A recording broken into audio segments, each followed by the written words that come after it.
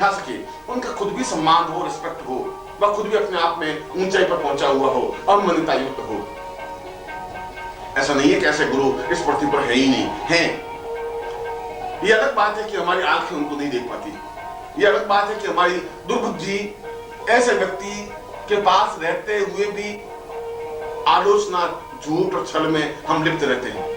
हम एक एक क्षण दूसरे कार्यों में व्यतीत कर देते हैं, मगर उन गुरु को न पहचान पाते हैं, न उनके पास बैठ करके उस आनंद को ले पाते हैं। हमें जो प्रश्न करने चाहिए वो तो प्रश्न हम करते ही नहीं, जो कुछ हमें सीखना चाहिए वो तो हम सीखते ही नहीं, जो कुछ हमें सेवा करनी चाहिए वो तो सेवा हम करते ही नहीं, जो कुछ सानिध्य में आनंद अनुभव करना चाहिए वो आनंद अनुभव नहीं कर पाते। ये हमारे जीवन की विडंबना है, ये हमारे जीवन की कमी है, ये हमारी दुर्बुद्धि है, ये हमारा दुर्भाग्य है। प्रत्येक युग में और प्रत्येक परिस्थिति में सिद्धाश्रम के इस प्रकार के योगी अलग अलग नामों में, अलग अलग रूपों में इस पृथ्वी तल पर अवतरित हुए हैं, विचरण किए हैं, आम लोगों की तरह रहे हैं। उनमें कुछ विशिष्टता रखी नहीं। इसलिए विशिष्टता नहीं रखी कि आम आदमी को समझा सकता है, समाज का एक भाग बनकर के समाज के लोगों को अपनी ज्ञान चेतना दे सकता है। ईसा मसीह बिल्कुल एक सामान्य व्यक्ति बनकर के अपने उन अनुयायियों को, लोगों को ज्ञान दे सके, चेतना दे सके। कृष्ण एक सामान्य मानव बनकर के और सारथी बनकर के अर्जुन को और दूसरे लोगों को शिक्षा दे सके। भीष्म पितामह पहचान सके, वो पहचान सके कि ये अपने आप में एक अद्वितीय पुरुष हैं, पर आम आदमी तो उनको नहीं पहचान सका। गीता जैसा उच्च कोटि का ज्ञान चिंतन ग्रंथ देने वाला व्यक्ति एक सामान्य व्यक्ति नहीं हो सकता। मगर किसने पहचाना, कितने लोगों ने पहचाना? नहीं पहचाना, वो अपने आप में एक मौका चूक गए, और जिन्होंने पहचाना वो अपने आप में अद्वितीय बन गए। और उसके बाद फिर सिद्धाश्रम से बुद्ध आए, फिर महावीर आए, फिर शंकराचार्य आए। जीवन के इस प्रकार के महापुरुष तो इस पृथ्वी तल पर अवतरित होते ही रहते हैं। यह हमारा सौभाग्य है कि हमारी पीढ़ी में इस प्रकार के युग पुरुष विद्यमान हैं। यह हमारा सौभाग्य है कि इस पीढ़ी में इन युग पुरुषों के साथ हमें कुछ दिन रहने का मौका मिला है। यह हमारा और हमारी पीढ़ी का सौभाग्य है कि हम उनसे परिचित हैं, और यह भी सौभाग्य है कि हम उनके पास रह सकते हैं। मगर यह हमारा दुर्भाग्य है कि हम चाहते हुए भी उनके पास नहीं बैठ पाते, क्योंकि चारों तरफ की व्यवस्थाएं, मजबूरियां, परेशानियां, बाधाएं, अड़चनों से हम इतने अधिक घिर जाते हैं कि उनको प्राथमिकता दे देते हैं। उन सारे बंधनों को, उन बाधाओं को, उन परेशानियों को तोड़ करके उस जगह पहुंचने की क्षमता नहीं रख पाते। ये हमारे जीवन की कमी है, ये हमारे जीवन की विडंबना है, ये हमारे जीवन की दुर्दशा है। और जब तक ये न्यूनता रहेगी तब तक फिर एक जीवन चूक जाओगे।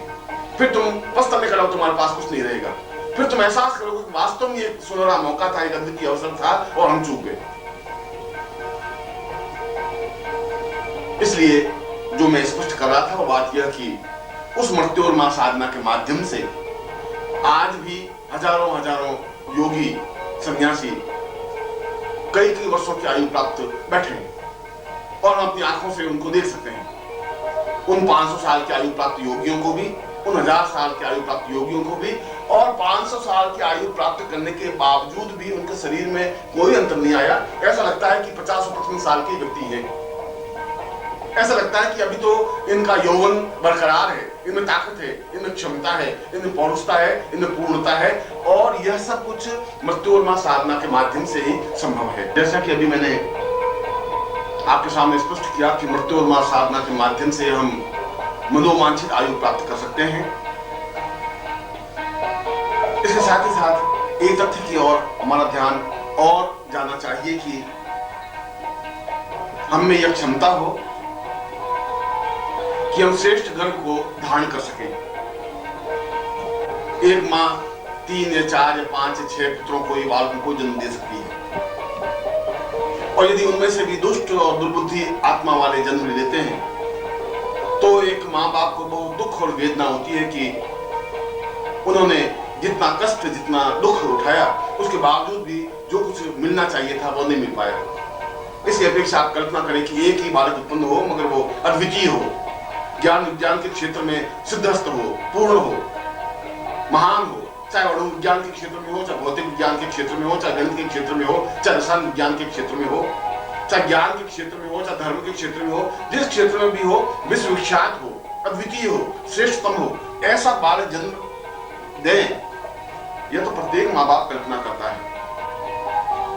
प्रत्येक माँ बाप चाहता है कि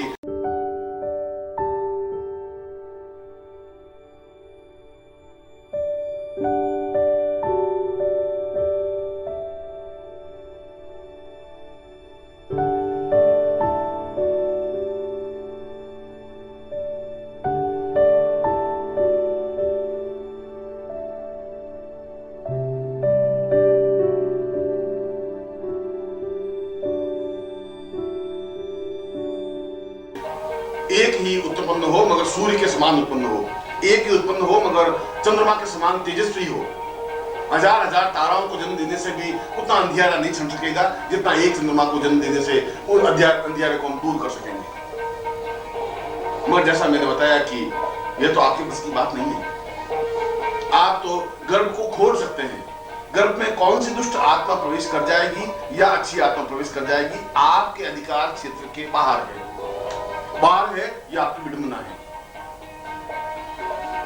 और जैसा कि मैंने अभी बताया कि उन आत्माओं में भी होड़ मची रहती है, एक दूसरे को धकियाते हुए, एक दूसरे को ठेलते हुए, आगे बढ़ते हुए। जो ताकतवान है, जो क्षमतावान है, जो दुष्ट हैं, वे आगे बढ़ करके और दूसरों को पीछे धकेल करके उस समय खुले हुए गर्भ में जन्म ले लेते हैं, प्रवेश कर जाते हैं। और जो योगी हैं, जो सन्यासी हैं, जो श्रेष्ठ हैं, जो विद्वान हैं, जो सरल, जो निष्प्रहर हैं, वे पीछे खड़े रहते हैं और टुकड़ टुकड़ ताकते रहते हैं कि कभी हमारा अवसर आए और हम भी किसी गर्भ को चुनें। इसलिए माँ बाप के पास में ऐसी कोई स्थिति नहीं है जिसकी वजह से श्रेष्ठ बालक या श्रेष्ठ आत्मा को अपने गर्भ में प्रवेश दे सके। मगर इसके लिए भी एक साधना है, एक अद्वितीय साधना है, जिसको गमय साधना कहा गया है, जिसको पूर्णत्व साधना कहा गया है।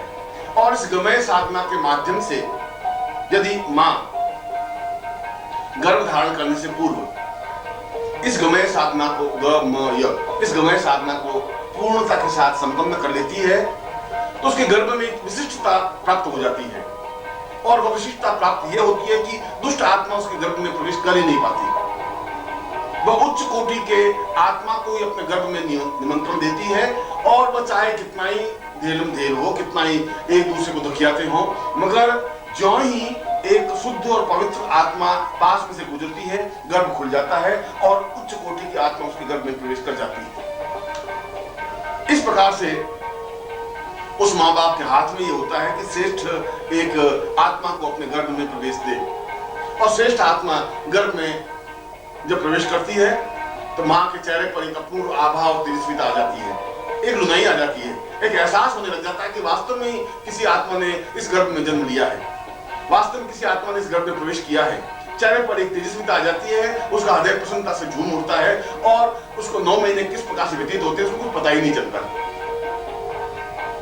और वह जब जन्म देती है तो उसी श्रेष्ठ आत्मा को जन्म देती है जो कि आगे चल करके अपने क्षेत्र में अद्वितीय व्यक्तित्व बन सकता है और अपने क्षेत्र में उच्च कोटि व्यक्तित्व बन करके माँ बाप के नाम को रोशन कर सकता है। वह माँ हजारों हजारों वर्षों तक धन्य हो जाती है, आने वाली पीढ़ियां उसकी कृतज्ञ हो जाती हैं। वे माँ बाप अपने आप में एक सौभाग्य अनुभव करने लग जाते हैं यदि इस गमय साधना को संपन्न करके इस प्रकार का गर्भ प्राप्त करें। और यह साधना अपने आप में कोई पेचीदा नहीं है, कोई कठिन नहीं है। आवश्यकता है कि हमें इस साधना को संपन्न करना चाहिए। आवश्यकता इस बात की है कि इस साधना को संपन्न करने वाला कोई गुरु आपके बीच में हो। आवश्यक यह है कि वह पति और पत्नी इस बात का निश्चय करे कि हमें गुरु के पास जाकर के इस साधना को संपन्न करना ही है और उसके बाद ही गर्भ धारण करना है। और गुरु उस गमय साधना को संपन्न करवाता है तो यह भी बता देता है कि इस साधना को संपन्न करने के बाद किस तारीख को कितने बज के कितने मिनट पर समागम करने से उच्च कोटि की आत्मा का प्रवेश तुम्हारे गर्भ में हो सकेगा। ठीक उस समय तुम्हारा गर्भ खुला होना चाहिए, ठीक उसी समय उस आत्मा का प्रवेश होगा। गमय साधना का तात्पर्य अर्थ ही यही है और यह अपने आप में बहुत महत्वपूर्ण विचार चिंतन है। वासुदेव देव की को जब नारद मिले तो उन्होंने एक ही बात कही कि मेरे गर्भ से अपने आप में एक उच्च कोटि का बालक जन्म ले। तो नारद ने स्पष्ट रूप से कहा कि तुम्हें गमय साधना संपन्न करनी है, चाहे तुम जेल में ही हो।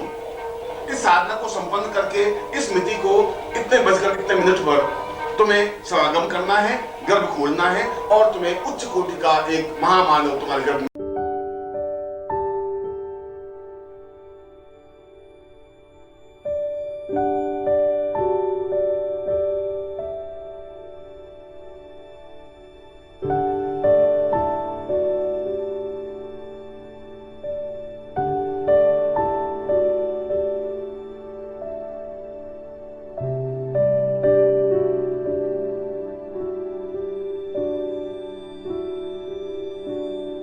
जन्म ले सकेगा। और जब जन्म लेगा तो अपने आप स्वप्न में तुम्हें स्पष्ट हो सकेगा कि कौन जन्म ले रहा है, और स्वयं तुम्हें इस बात का संकेत दे देगा। तुम्हारे चेहरे पर एक आभा आ जाएगी, चेहरे पर मुस्कुराहट आ जाएगी, तुम्हारे सारे शरीर में एक अपूर्व तेजस्विता की किरणें प्रवाहित होने लगेंगी। और ठीक ऐसा ही हुआ। यदि उस समय गमय साधना जीवित थी तो गमय साधना आज भी जीवित है। आवश्यक इस बात की है कि हम उस गमय साधना को समझें। आवश्यक इस बात की है कि इस प्रकार की साधना पर विश्वास करें। आवश्यक इस बात की है कि ऐसा हमें गुरु मिले जिसको इस साधना का पूर्ण ज्ञान हो, वह चाहे हरिद्वार पर हो, चाहे मथुरा में हो, चाहे काशी में हो, चाहे कांची में हो, और हम उस गुरु के सानिध्य में जाएं, अत्यंत विनम्रता पूर्वक अपनी इच्छा व्यक्त करें, उनसे प्रार्थना करें कि वो गमय साधना संपन्न करावे। और पूर्ण गमय साधना संपन्न होने के बाद वे उन क्षणों को स्पष्ट करें, 2 या 4 या 6 क्षणों को, कि उन क्षणों में समागम करने से, गर्भ खोलने से इस प्रकार का उच्च महामानव तुम्हारे गर्भ में जन्म ले सकेगा। इसलिए जीवन की यह एक महत्वपूर्ण स्थिति है।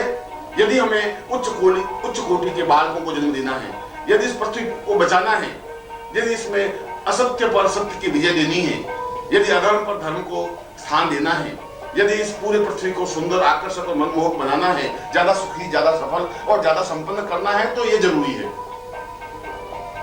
और ऐसा होने से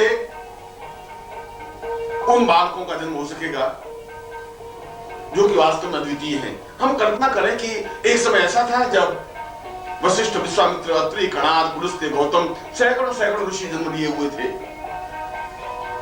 अब क्या समय हो गया है कि एक भी वशिष्ठ पैदा नहीं हो रहा है, एक भी विश्वामित्र पैदा नहीं हो रहा है, एक भी कृष्ण पैदा नहीं हो रहा है, एक भी वासुदेव पैदा नहीं हो रहा है, एक भी शंकराचार्य पैदा नहीं हो रहा है, एक भी ईसा मसीह पैदा नहीं हो रहा है। कारण क्या है? कारण यह है कि हम अपनी परंपरा से टूट गए, पूर्वजों के ज्ञान से हम वंचित हो गए।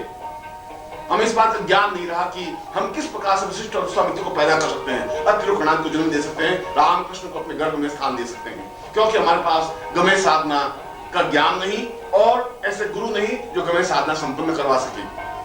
उन क्षणों का, उस ज्योतिष का उनको एहसास नहीं कि जिस क्षण विशेष में वे उच्च कोटि की आत्मा गर्भ में जन्म ले सके। यह आज के युग में प्रत्येक पुरुष और स्त्री के लिए आवश्यक के लिए अनिवार्य हो गया है। और यदि आप वृद्ध हो गए हैं तो आपके पुत्र हैं, पुत्र वधू हैं, उनके गर्भ से उच्च कोटि का बालक जन्म लेने की क्रिया संपन्न करवा सकते हैं। आपका पौत्र है, पौत्र वधू है, उनको इस प्रकार की शिक्षा, चेतना और ज्ञान दे सकते हैं कि वे इस प्रकार के योग्यतम बालक को जन्म ले। ऐसा संभव हो सकता है। और मैंने तीसरा प्रश्न आपके सामने रखा था कि हमने जन्म लिया, हम बड़े हुए, हमने अपने जीवन में जो कुछ भी कार्य करना था कार्य किया और हम मृत्यु को प्राप्त हो गए। सैकड़ों हजारों लोग नित्य मृत्यु को प्राप्त होते हैं और व्यक्ति उठ करके चिता पर लेटता है और समाप्त हो जाता है। मगर मृत्यु से परे, मृत्यु के बाद उसका अस्तित्व, उनके प्राणों का अस्तित्व तो विद्यमान रहता ही है। जैसा कि मैंने बताया कि अंगुष्ठ के आकार की जीवात्मा इस पितृलोक में बराबर विचरण करती रहती है और उन लाखों करोड़ों आत्माओं में तुम्हारी भी एक आत्मा होती है। उन लाखों करोड़ों की भीड़ में तुम भी एक गुमनाम सा एक आत्मा लिए हुए खड़े रहते हो, कोशिश करते हो कि कोई गर्भ मिले और जन्म ले। मगर आप सरल हैं, आप सीधे हैं, आप बड़े हैं, आपने जीवन को एक शुद्धता के साथ व्यतीत किया है। आप में छल नहीं है, कपट नहीं है, झूठ नहीं है, धक्का मुक्की नहीं है, दुष्टात्मा नहीं है। इसलिए आप वहां पर भी इस प्रकार की स्थिति पैदा नहीं कर सकते, धक्के नहीं मार सकते, जबरदस्ती किसी घर में प्रवेश नहीं कर सकते। प्रश्न उठता है कि क्या कोई ऐसी विधि, कोई ऐसी तरकीब, कोई स्थिति है जिसकी वजह से हम श्रेष्ठ गर्भ में जन्म ले सकें?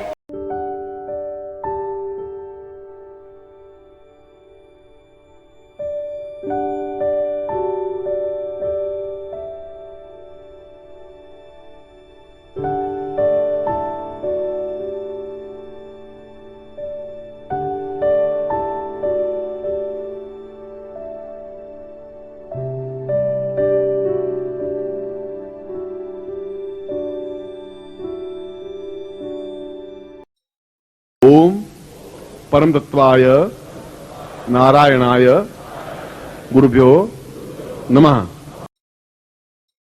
ओम ह्रीं मम प्राण देह रोम प्रतिरोम चैतन्य जाग्रय ह्रीं ओम नमः। ओम भूर्भुवः स्वः तत्सवितुर्वरेण्यं भर्गो देवस्य धीमहि धियो यो नः प्रचोदयात्।